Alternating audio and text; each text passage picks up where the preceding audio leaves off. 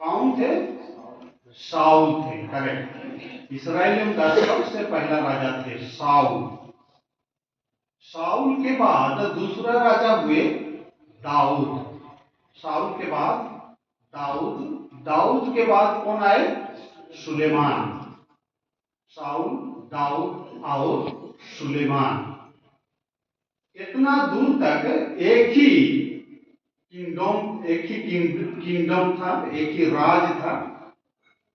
और सुलेमान का दो पुत्र हुए, दो संतान हुए, जिनका नाम था जेरोबोआम, बड़ा पुत्र का जेरोबोआम और छोटा पुत्र का रेहोबोआम।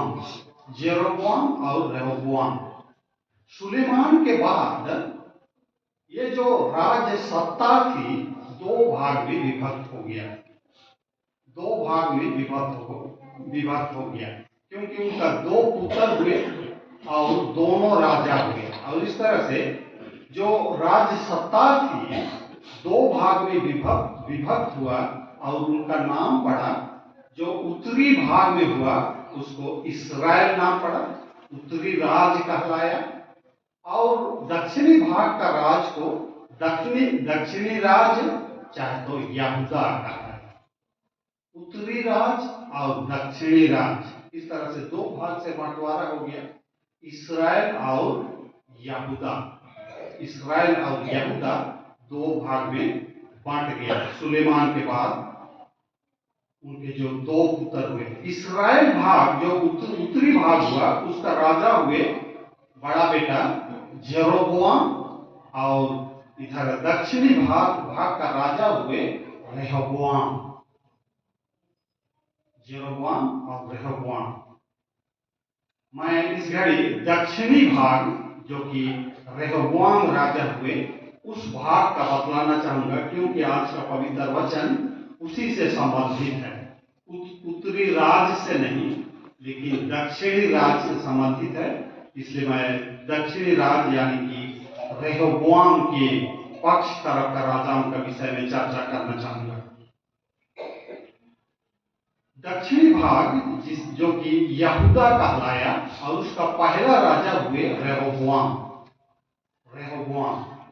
और इस तरह से एक के बाद एक ऐसा राजा होते चले गए और कुल मिलाकर के 20 राजा हुए दक्षिणी भाग में।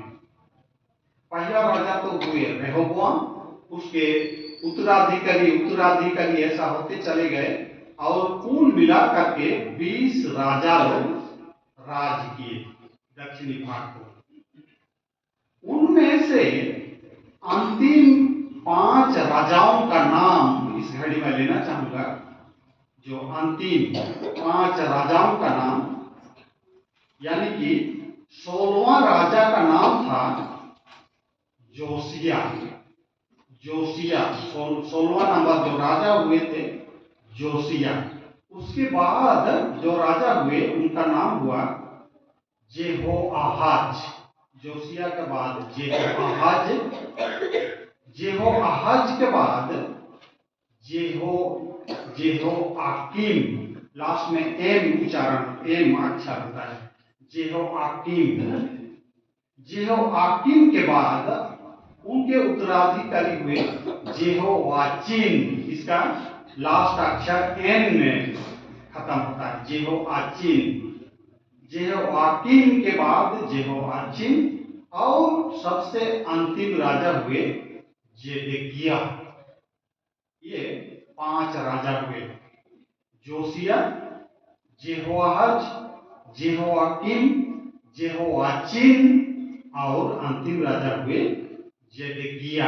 ये 5 अंतिम राजा लोग हुए। यिर्मयाह, जिस पुस्तक से आज का पवित्र वचन लिया गया है, यिर्मयाह इन्हीं 5 राजाओं के शासन काल में नबूवत किया करते थे। यही जो अंतिम 5 राजा लोग हुए उनके शासन काल में उनका नबूवत का काम, चाहे तो उनका सेवा का काम जारी था अंतिम 5 राजाओं के दिनों में। यिर्मयाह का बुलाहट जो जोसिया राजा मैंने कहा, जो कि 16वां नंबर का राजा हुए थे, जोसिया के शासन काल के 13वां वर्ष में यिर्मयाह के पास यहोवा परमेश्वर का बुलाहट आती है। पहली बार यिर्मयाह के पास बुलाहट आती है। कब? जोसिया राजा, जो 16वां नंबर का राजा थे, उनके राजकाल के 13वां वर्ष में, 13th ईयर में यहोवा परमेश्वर की ओर से यिर्मयाह के पास बुलाहट आती है। यानी कि वह समय था लगभग 626 बीसी। ईसा मसीह के जन्म से 626 वर्ष पहले, जो कि जोसिया राजा का शासन काल का 13वां वर्ष था, उस वर्ष यिर्मयाह के पास यहोवा परमेश्वर का बुलाहट आती है। उस बुलाहट से लेकर के यहूदा का पतन हुआ था 587 बीसी में। 587 बीसी में यहूदा का पूरे पतन हो गया, समाप्त हो गया है। यहूदा जो राज करते आ रहा था, 20वां राजा तक हुए थे, 20वां के बाद और 21वां राजा नहीं हो पाए, यहूदा का पतन हो गया। उस पतन तक, यानी कि 626 बीसी से लेकर के 587 बीसी तक, यह समय जो होता है 40 वर्ष लगभग का होता है। इस 40 वर्ष के बीच में यिर्मयाह नबी अपना सेवकाई को जारी रखते थे, अपना नबूवत का काम किया करते थे। 587 बीसी में बाबुल का राजा नबूकदनेस्सर यहूदा पर चढ़ाई किया था और यहूदा को पराजय किया, लड़ाई में हरा दिया। हरा देने के बाद क्या किया था? पूरा यरूशलेम शहरपना को तहस नहस कर दिया। जैसे इन दिनों में इस्राएल और गजा के बीच में लड़ाई चल रहा है, और इस्राएल गजा को पूरा धराशायी कर दिया। बड़ा बड़ा अट्टालिका, बिल्डिंग को पूरा जमीन दोस्त कर दिया। वैसे ही नबूकदनेस्सर भी यहूदा प्रदेश को पूरा धराशायी कर दिया था। यरूशलेम मंदिर का जो बाउंड्री था, घेरा था, उसको भी तोड़ करके, मंदिर को भी तोड़ करके, मंदिर का सामान को भी लूट करके ले गया था। और इतना तक कि यहोवा परमेश्वर का उपस्थिति समझा जाता था। यहोवा का संदूक, 10 आज्ञा की पट्टी, सबको अपने देश लूट करके ले गया था। इतना में ही अंत नहीं हुआ था, लेकिन इस्राएलियों का जो बड़े बड़े नेता लोग थे, अगुआ लोग थे, उन लोगों को भी बंदी बना करके अपने देश बाबुल को ले गया। और इस्राएली लोग वहां का बंधुआई में 70 वर्ष का जीवन व्यतीत किए थे। वहीं यहूदा प्रदेश का समाप्त हो गया। और यहूदा प्रदेश में जो राजा लोग उत्तराधिकारी होते होते 20वां राजा तक चले गए थे, वहीं यहूदा का पूरा ही पतन हो गया। उसके बाद अब यहूदा में कोई राजा नहीं हो पाया। उन्हीं दिनों में खास करके ये जो 5 राजा मैंने कहा, जोसिया, जेहोआहाज, जेहोयाकीम, जेहोयाकीन और जेडकिया के दिनों में यिर्मयाह नबी नबूवत का काम किया करते थे, अपना सेवा का काम को जारी रखे थे। आज के पवित्र वचन की ओर अगर हम लोग अपना ध्यान को ले जाएंगे, यहाँ इस भाग का शीर्षक दिया गया है विपत्ति और पुनर्स्थापना की भविष्यवाणी। विपत्ति और पुनर्स्थापना की भविष्यवाणी कौन करता है? यिर्मयाह नबी करता है। इस्राएलियों पर विपत्ति आने का भविष्यवाणी और आगे चल करके इस्राएलियों का पुनर्स्थापना का भविष्यवाणी भी यिर्मयाह नबी ने किया, जो आज का इस भाग का विषय है। और इस भाग का सारांश के रूप में अगर हम लेना चाहेंगे एक ही छोटा सेंटेंस में, तो हम लोग ले सकते हैं, चाहे कह सकते हैं परमेश्वर ही गिराते हैं और वही पुनर्स्थापना करते हैं। परमेश्वर ही ढा देते हैं, गिराते हैं, पतन करते हैं, धराशायी कर देते हैं, और वही परमेश्वर उसका क्या करते हैं, पुनर्स्थापना भी करते हैं, उसका निर्माण भी करते हैं। यह परमेश्वर, यही आज के वचन जो एक पहला पद से छठा पद के बीच में है, उसका सारांश के रूप में हम लोग ले सकते हैं। परमेश्वर ही गिराते हैं और वही पुनर्स्थापना भी करते हैं, वही उठाते भी हैं। ये आज का वचन का सार के रूप में हम लोग ले सकते हैं। पहला पद, जिस समय यिर्मयाह पहले के आंगन में बंद था, उस समय यहोवा का वचन दूसरी बार उसके पास पहुंचा। ये तो दूसरी बार, और पहली बार का विषय में मैं कह दिया था कि जोसिया राजा के 13वां वर्ष के शासन काल में पहली बार उनके पास आया था। और उस समय तक, जिस समय यिर्मयाह बालकपन में ही थे, छोटपन ही थे, हो सकता है किशोर अवस्था में ही थे, उस समय ही यहोवा परमेश्वर का वाणी उनके पास पहुंचता है और कहते हैं कि माता के गर्भ ही से मुझे चुन लिया गया। यिर्मयाह नबी का जन्मने से पहले ही यहोवा परमेश्वर ने मुझ पर चित्त लगाया कि मैं एक दिन तुझे भविष्यद्वक्ता बनाऊंगा। ये पहली बार उनके पास यहोवा का वाणी आया। 33 पद में हम लोग 33 अध्याय का पहला पद में देख रहे हैं, यह दूसरी बार उनके पास आ रहा है यहोवा परमेश्वर का वाणी।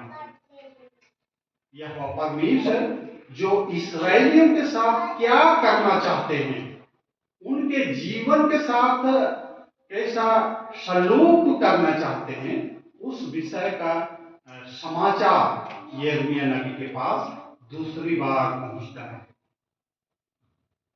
दूसरा पद, यहोवा जो पृथ्वी का रचने वाला है, जो उसको स्थिर करता है, उसका नाम यहोवा है। वह यह कहता है।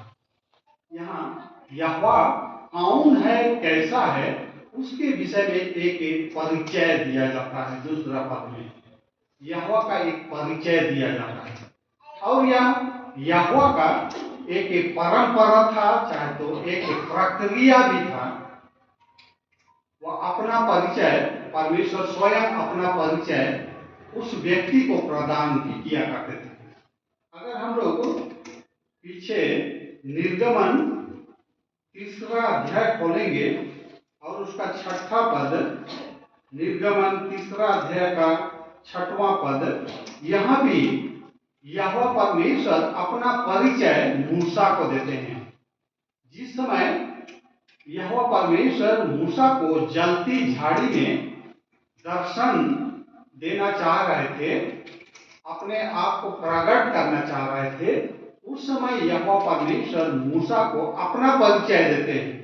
3 अध्याय का 6ठा पद में कैसा परिचय दिए हैं? फिर उसने कहा, यहोवा परमेश्वर ने कहा, क्या कहा?